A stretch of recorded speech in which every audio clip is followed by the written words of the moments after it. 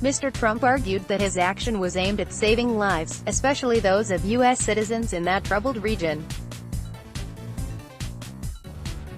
He said he ordered the attack to stop a war, not start a war. Few will mourn the death of Soleimani, who left a trail of destruction across the Middle East, furthering Iran's ambition to have extensive influence there. But many will fear the consequences of this assassination via that U.S. drone strike.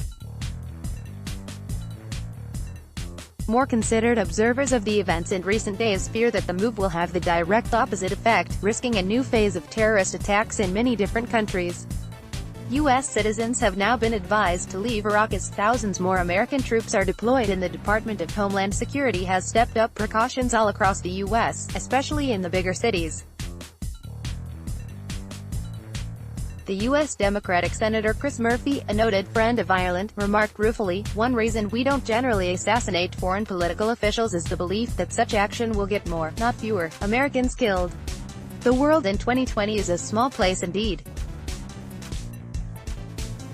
Ireland, and Irish citizens at home and across the world are as much at risk as any other people." The economic fallout of events in a region which is the world's oil well is an ever-present threat to our current prosperity. Our thoughts immediately turn to the 385 Irish troops currently serving on peacekeeping duty in Lebanon, many of them close to the Israeli border. The persistent risk to their security is now intensified, and there is also anxiety about the many other Irish citizens living and working in other centers around the Middle East. Ireland, as a small nation, can only have a small say in what occurs on the global stage. But we must not underestimate our potential to punch above our weight in international matters and our moral obligation to speak out for what is right.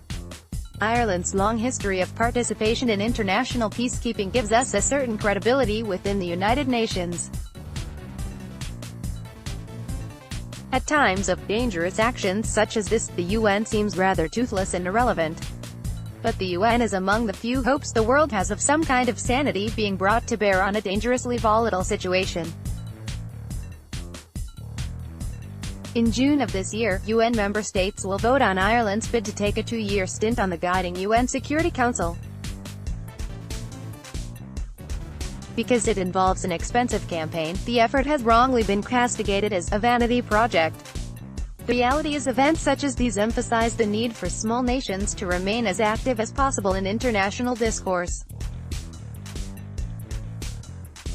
The catastrophic consequences of events like the U.S. lethal drone attack emphasize the need for Ireland to remain involved with the United Nations.